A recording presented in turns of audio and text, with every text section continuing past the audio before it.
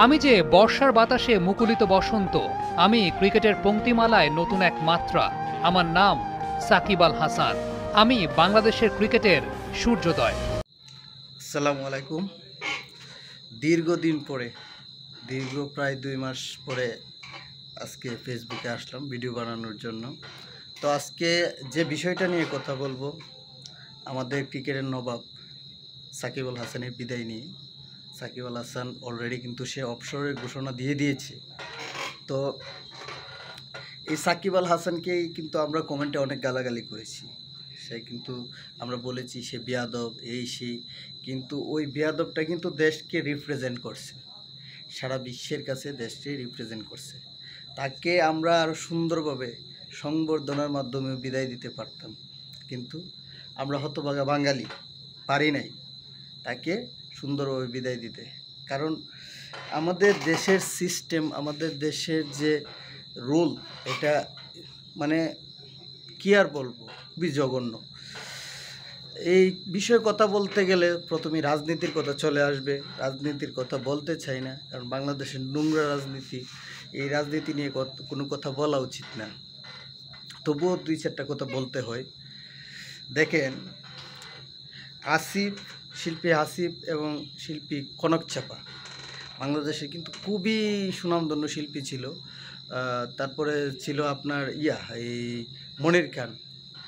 আমরা ছোটোবেলায় সেই গানের সোনালি অতীতগুলো কত সুন্দর ছিল। কনক চাপা, শিল্পী আসিফ, তারা খুব সুন্দর, মানে একসময় তরুণদের মুখে মুখে আসিফের গান ছিল। তো কি হলো, রাজনৈতিক কারণে আসিফ কিন্তু দীর্ঘদিন বাকরুদ্ধ ছিল। সেই রাজনীতির বলি বর্তমানে সাকিব, মাশরাফিরা। ঠিক আছে, বাংলাদেশের নোংরা রাজনীতি। আচ্ছা, মানুষের মতের মানে পার্থক্য থাকতে পারে, সে আওয়ামী লীগকে পছন্দ করতে পারে অথবা কেউ বিএনপিকে পছন্দ করতে পারে, কিন্তু যারা দেশকে রিপ্রেজেন্ট করতেছে, যারা দেশের সম্মান সারা বিশ্বে ছড়িয়ে দিচ্ছে, ঠিক আছে, তাদেরকে আমরা এভাবে অবহেলা না করলেও পারি। ঠিক আছে, মানুষ চাইলে কি না করতে পারে, মানুষ চাইলে সব কিছুই সম্ভব। হয়তো তাদের পছন্দ লাগছে, তারা মানে তাদের দল করতেছে, কেউ বিএনপি করতেছে, কেউ আওয়ামী লীগ করতেছে। ওই যে ফুটবলার আমিনুল ইসলাম, সেও কিন্তু রাজনীতির বলির পাঠা। আর বর্তমান সাকিব, মাশরাফি, এইসব নিয়ে কথা বললে রাজনীতির কথা চলে আসে। কিন্তু বিষয়টা হলো কি, যারা দেশকে রিপ্রেজেন্ট করে, যারা দেশের তারকা, তারা যে দলই করুক না কেন, যে সরকারি ক্ষমতায় আসে, একটু সচেতন হওয়া উচিত, একটু তাদের দিকে মনোযোগ দেওয়া উচিত। কারণ তারা তো দেশকে রিপ্রেজেন্ট করতেছে। হ্যাঁ, তারা দল করতেই পারে, কিন্তু সরকার চাইলে সবই পারে। সরকার চাইলে সবই পারে, তাদের পর্যাপ্ত সম্মানটুকু সরকার ইচ্ছে করলেই দিতে পারে, রাষ্ট্র ইচ্ছে করলেই তাদের নিরাপত্তা দিতে পারে। দেখেন, আজকে যদি আসিফ, তারপরে কনক চাপা, তারা যদি এই বাকরুদ্ধ না থাকতো, মানে তাদেরকে যদি তাদের স্বাধীনতা দেওয়া থাকতো, ঠিক আছে, হ্যাঁ তারা বিএনপি করে, কিন্তু তারা কিন্তু আজকে দেশকে অনেক দূর এগিয়ে নিয়ে যেতে পারতো।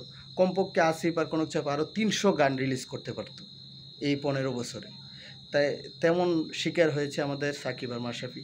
আমি মানলাম তারা যে কোনো একটা দল করে, কিন্তু দলের ঊর্ধ্বেও তো মানুষকে কাছে টেনে নেওয়া যায়, ঠিক না? তারা তো দেশকে রিপ্রেজেন্ট করতেছে। কি আর বলবো, এসব কথা বললেই রাজনীতির কথা চলে আসে। তাক, এসব নিয়ে আর কথা বলি না। তবে মিস করব সাকিবকে। সাকিব বাংলাদেশ ক্রিকেটের এক উজ্জ্বল নক্ষত্র ছিল। তার তার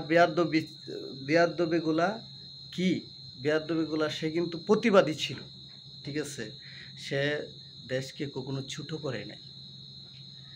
হ্যাঁ, আমরা অনেক সময় তাকে গালিগালাজ করছি, তামিম ইসুফ নিয়েও সাকিবকে গালিগালাজ করছি, কিন্তু দিন শেষে বলতে হবে Shakib one piece. Shakib is only one. বাংলাদেশের সাকিব আল